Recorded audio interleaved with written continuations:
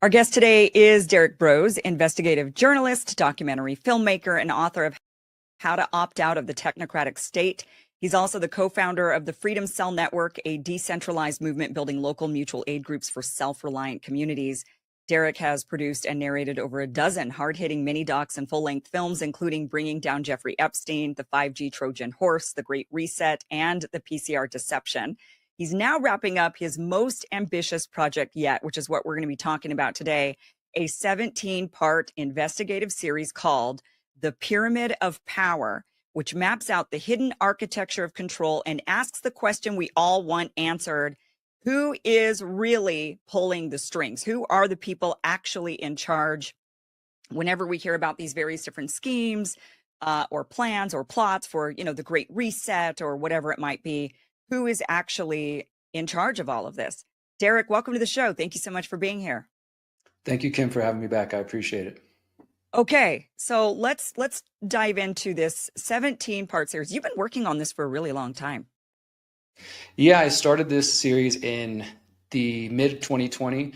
It actually was originally a presentation I was giving when I was doing some public speaking back in 2018, but it turned into a 3-hour presentation and people were kind enough to sit through it, but I thought maybe there would be a better format for it. And so I decided to turn it into a documentary series. It started out as 10 episodes, 12 episodes, and as you just mentioned, it's evolved to 17. And the original goal with this was for me to take my own original research, as well as the best books and documentaries that already exist, because as I'm sure you know, there's a lot of really well done work out there. We don't necessarily need to reinvent the wheel on every topic. So I was going to take the best source information, my own original research, combine it together and produce these episodes that are 30 minutes and under. And for the vast majority of the series is 30 minutes and under. I wanted it to be sort of bingeable for the Netflix generation.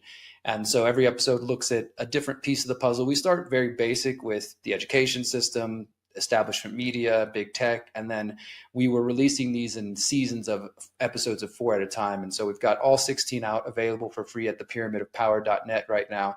And it's just been progressively getting a little deeper, a little maybe more conspiratorial, but everything is completely sourced in my transcript. All the links to every government document I reference, to every book I reference is there. And what I'm most proud of is that every episode also ends with some suggested solutions and ideas on how to maybe tackle these different areas, whether you're talking about the Federal Reserve and the banking system. And it also says, if you want to learn more, watch these documentaries, read these books. So I wanted to try to condense that information, make it palatable to those who might not, watch a 5-hour documentary or not read a 1,000-page book, and make it accessible for them. And then still at the same time, give them a little bit of solutions and ideas, because part of my problem with similar efforts like this has been over the past years, there's a lot of doom and gloom. There's a lot of speculation. There's a lot of fear mongering. And I think that there's a way to present the information without including all that. And so that was sort of my main goal with creating this series. Okay, so on the website, I'm looking through it now just so that we can kind of give an overview. There's 4 seasons right now, plus you have a Spanish season. We have translated a couple of them into Spanish, yeah. Okay, so you have 4 seasons, and the season, so is part 17, the final episodes, are these part of season 4, or is this a new season? It's going to be sort of like on its own. And the website, I will ask everybody to forgive me for the very basic website. I've been so heads down trying to get this series done that I'm worried about that later. But the 4 seasons include episodes 1 through 16. And so chapter 17, volume 1, which you have seen, is not currently publicly available right now. It is available through this streaming platform and podcasting network called Civil that I partnered with for the release of this. And that's available right now. But this 17 volume 1 will be available September 5th publicly. Okay. And then there's a volume 2, and that one's coming out when? That one will probably be in November. My editor's working on that right now. I spent all of March, April, and May writing these. I do all the research, all the writing of the scripts. I do the audio narration, and then I'm really blessed to just work with a couple of editors and musicians who create the soundtrack and make everything really pop so that it's something people actually want to watch. So the entire volume 17 is completed, and for the final episode, obviously, to answer such a big question of who or what is at the top, it's kind of impossible to keep it in 30 minutes or less. So the volume one that you've seen is about 52 minutes. And then the second volume, the final conclusion, is about an hour and 45 minutes long. So it came out to be originally it was 4 hours long. And me and my editor trimmed it down and made it to be about 2 hours and 45 minutes because what I wanted to do is to look at these different claims. As you said, this is a question a lot of people want to know the answer to.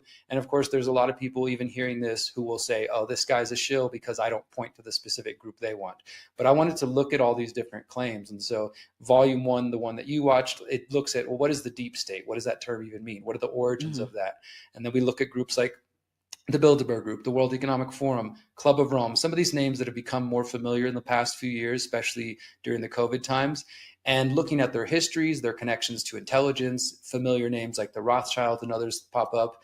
And then also looking at some of these other claims that are a little bit more speculative, like we end volume one looking at this claim of the Committee of 300, which this man named John Coleman claimed he was a British intelligence officer. I'm pretty sure he's deceased by now, but he wrote a book back in the 90s called The Hierarchy of Conspiracy, the Committee of 300. And he claimed that in his alleged intelligence career that he had access to documentation which showed that there was a group of 300 men who call themselves the Olympians that sort of, rule these groups from behind the scenes. We also look at the claims of the roundtable groups, which is something that came from the book Tragedy and Hope, written by Bill Clinton's actual mentor, Carol Quigley. And he actually gained access to the Council on Foreign Relations documents back in the 60s. And he said after viewing all these documents, it was clear that this group, the Council on Foreign Relations, and the men behind them had been manipulating not only American, but British and European politics for at least the last 150 years. So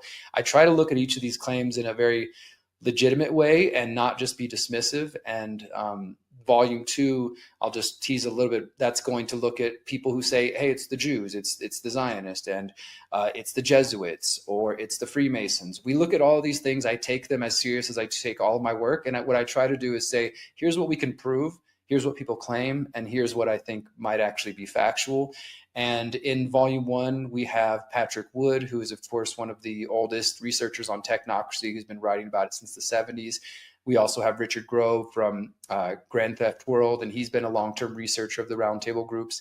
And then Peter Dale Scott, who is in his 90s, and he's done a lot of brilliant work. I don't think he's as well known as he probably should be, but he is the originator in the English language of the term deep state, and he doesn't get enough credit for that. So he's featured in that and those that first episode. But volume two has everybody from David Icke in there talking about his theories on reptilians and sort of a extra dimensional consciousness, if you will. But I tried to give each of these theories like a legitimate look. Okay, this is what this person claims, and of course I insert my own views into that. But I wanted to be able to look at them in a factual basis, not just be dismissive and say, hey, crazy people think it's the Jews, crazy people think it's the Jesuits. Let's actually look into that. What are the claims they make? What is the evidence, and does it hold up? And then, of course, at the end, I draw my own conclusions and let people draw their own. Yeah, I like that about you. I like that you're not dismissing. And that's, the same thing with like flat earthers, for example. I've never talked to a flat earther, so I don't have any idea what their claims are, but I'm willing to hear them out. I'm just curious. I don't know. I doubt I'll agree. I doubt I'll believe it, but I'm open to hearing, without mocking and without dismissing, why is it you as an individual believe this thing? What is it about this that is appealing to you? What is it? Right. And hearing the claims out. And then we could decide once we hear the claims, whether or not we think, yes, this is legitimate or not. But I think it's, what we often see is if you even ask serious questions of topics that people automatically dismiss, they then think you're not a serious person because you took it seriously, right? Because you're trying to give them a fair chance to actually explain themselves. And I think it's the opposite, right? I mean, I think that if you're a person that's just dismissive and you're not willing to listen, then you're not the serious person. Serious people hear everything.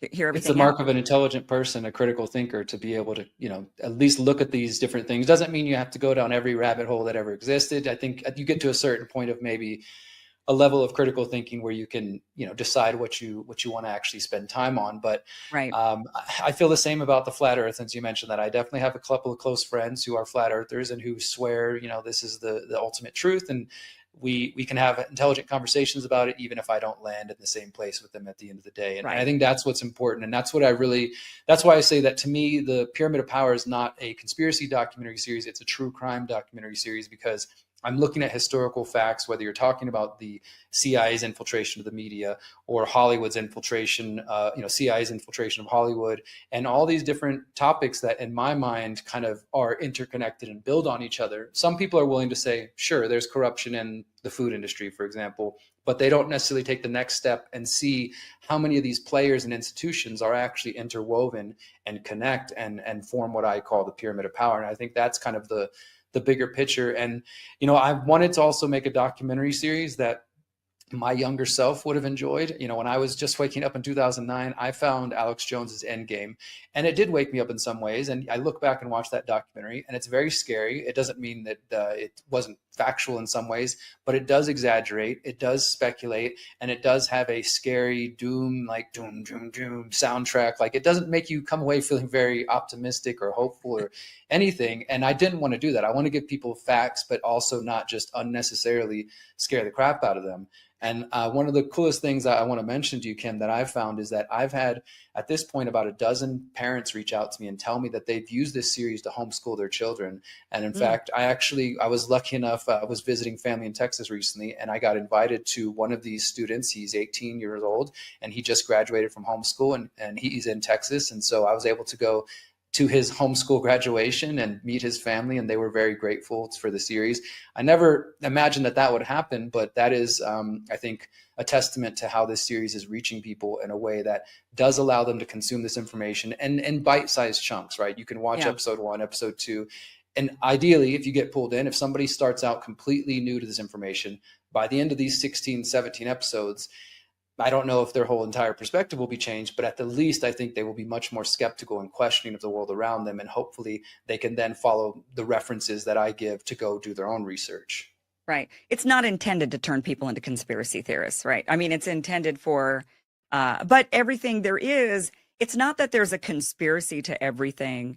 I mean, you could call it that, but there's certainly an agenda, right? I mean, with practically anything. I mean, even if you open up a store and you're starting to sell goods, the agenda is to make money, right? If there's always an agenda that goes above and beyond, and you have to always remember what that agenda is. And we know this when we're buying things like as seen on TV products, we know that the agenda is to make money. So you might not, the claims might not be fully accurate, what they're trying to sell you. They're hyping it up.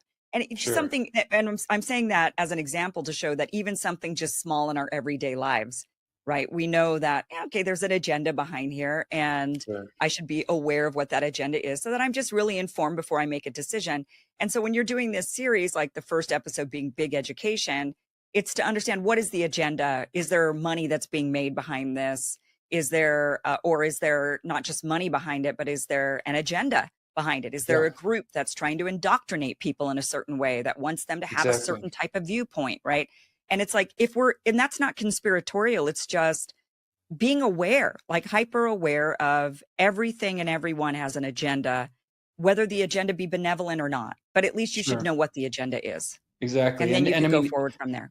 Even that term, like, I'm shying away from the term conspiracy, but I think that if we've all been taught to look at, and when we hear that word, to immediately, tinfoil hat, crazy person, et cetera. But as you were pointing to, people conspire on things all the time. And this can be mundane things like secretly conspiring to throw someone a happy birthday party, a secret birthday party, right? Or if you're in a position of power where you have money and you have influence, you get together with your buddies at, say, the Bilderberg Group or some other event where only those so-called elite are invited.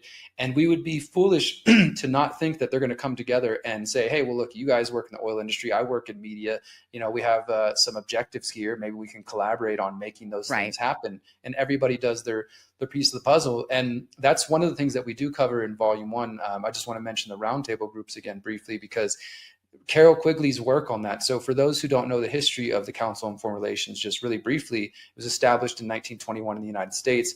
It was an outgrowth of a British institution called the Royal Institute for International Affairs, which their original vision was to try to bring back the United States as well as other British colonies back into the British Empire. And so they started the Council on Foreign Relations as sort of one of their ways to propagandize that. And Carroll Quigley, when he gained access to the Council on Foreign Relations archives, which nobody else, as far as we know, besides members, has been able to, they did so because they trusted him as a historian.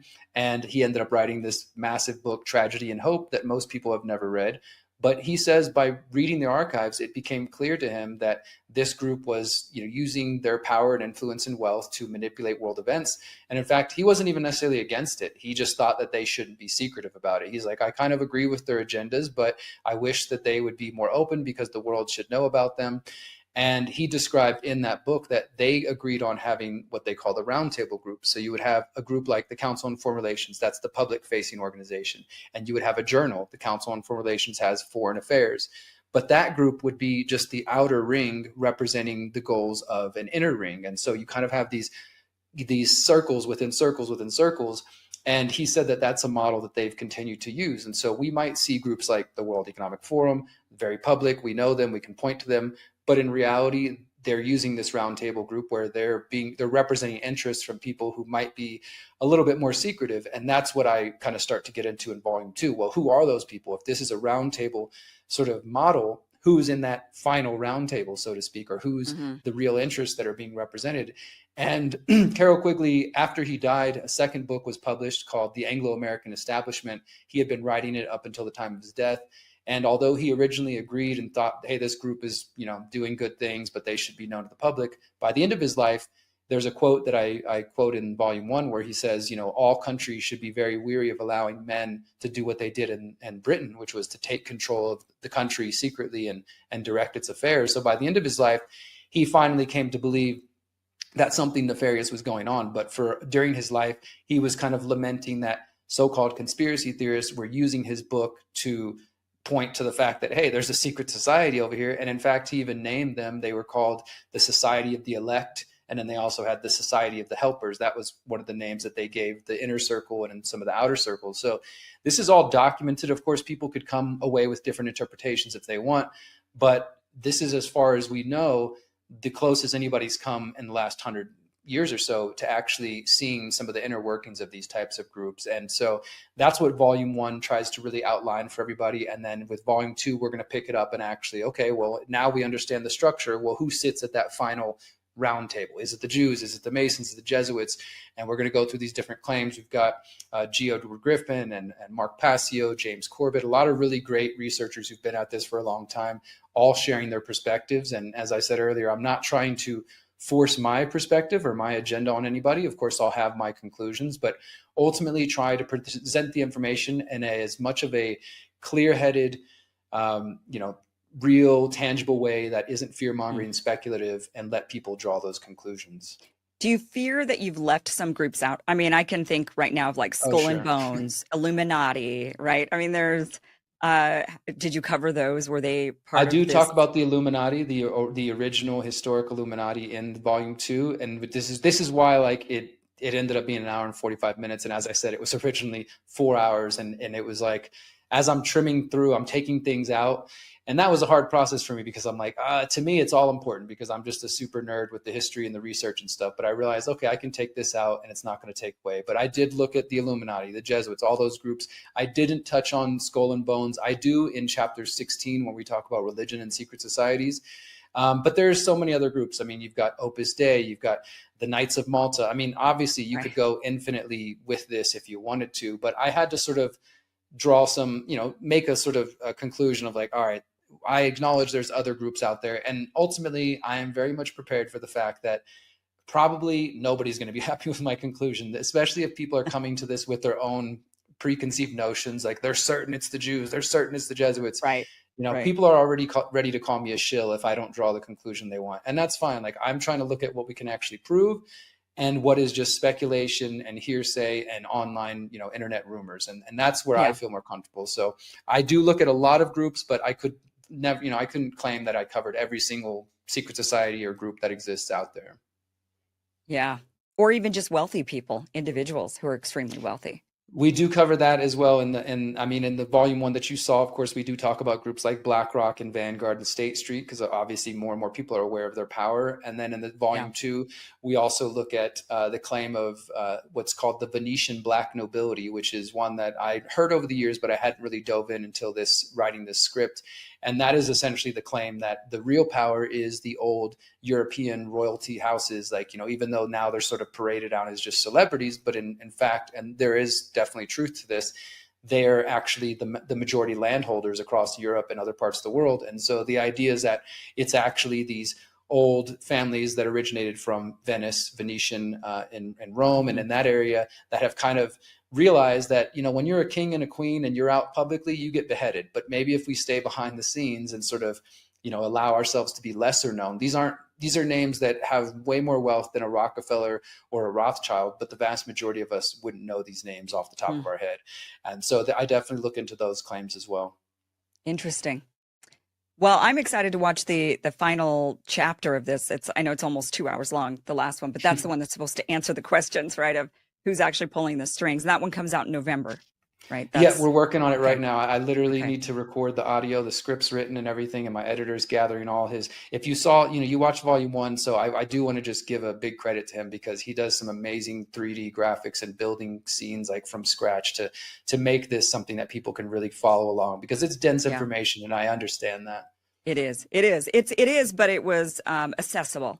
Like, I wouldn't say it was just so, because sometimes I'll read stuff and it's like love Whitney Webb. She's one of my absolute favorites. But sometimes I read her stuff and I'm like, oh, I have to read this 3 times over before I'm very cognizant of that. Like, I wanted to be able to tell it in a way that doesn't become overwhelming. And I'm proud of the way it turned out. I think we did a good job of building on top of each other. And I did want to just mention real quick, Kim, for your audience, that if anybody is interested, if you want to see it now rather than waiting a few more weeks when it goes public, you can sign up at the Civil platform. This is a new platform that, honestly, they share our goals. The website is civl.com. And if you go to civl.com/TCR, which is for my website, The Conscious Resistance, you'll see a landing page that tells you more about this. And you can actually, the reason I partnered with them is because Civil is accessible for people. If you want to watch this through Apple TV, through Fire, through Roku, you could actually watch the entire series, including volume 1 of chapter 17 on your TV or whatever. And I've also included a bunch of unreleased content, like the interviews I've done for this series. I haven't released them in full, but there's an interview with G. Edward Griffin, and we're going to be adding some more stuff to that. And so if anybody is interested and you want to sign up for an annual subscription, you get access to all of my work, plus all the other content they have on there. And their whole goal is upgrading civilization and promoting liberty and things like that. So people can sign up. Again, civl.com/TCR, and the code is TCR20, and that'll give you 20% off an annual subscription. And that supports them, supports my work. But if you can't do that, just wait till September 5th, and then it'll be available at thepyramidofpower.net and all of my channels. Okay, so TCR20 is the code to get 20% off. Okay. I do recommend the series. I've started watching it. I haven't watched the whole thing, but I do like how you do cover, establishment media, big tech, the military industrial complex. Let me see what else you have on here. Big wireless, the oligarchy, big pharma, of course, food as a weapon. You also have prison industrial complex, nonprofits, the banking cartel, intel community. So there's a lot of different episodes with a lot of different information. And I think this is, you even do the pedo class. So is that one, that's Epstein? That's an Epstein. Epstein, as well as some of my other research into that whole world, and how pedophilia is found in politics and celebrities and, everywhere. Yeah. It's a great series. I'm excited to watch the final episode. I have my theories on who I think is pulling the strings. I don't think there's, really any one group doing it. I think it's kind of like sports, where there's a bunch of different groups that are all powerful at different times. And certain times, one group is more powerful than another. They're able to gain more power, and they kind of start pulling more strings. And then in another few years or however long, another group gains power. And I think that behind the scenes, they fight for the power. I think that they fight with each other over it, and they vie for it, and they try to figure out how they can one up the other group and their agendas, because everybody's got slightly different agendas, different motivations. Some are religiously based, and they've got religious motivations for what they do. Some are financially based. They just want to make money. Some, I think, like a Bill Gates of the world has like a God complex, just wants to be known as somebody who saves the world, because he's got Yeah. all the money, so he doesn't care. It's more You're about the gonna like the prestige. conclusion then. You'll like the conclusion Okay. then. All Because right. I do have I have I'll just share I have people who say they believe there's nobody at the top, they believe it's an ideology, they believe, so there's definitely different perspectives. We look at these groups, but I also have a few people in there who have a different take on how to answer that question. Okay. Well, very interesting. Derrick Broze, thank you so much for being here. We do have the link down below to watch this series and also the code. So civil.com/TCR with the code TCR20. And also the Pyramid of Power is also there. That link is there also if you want to, if people want to check it out there. But Derrick, thank you so much for joining us. And good luck. Good luck with this. Thank you, Kim. I appreciate it.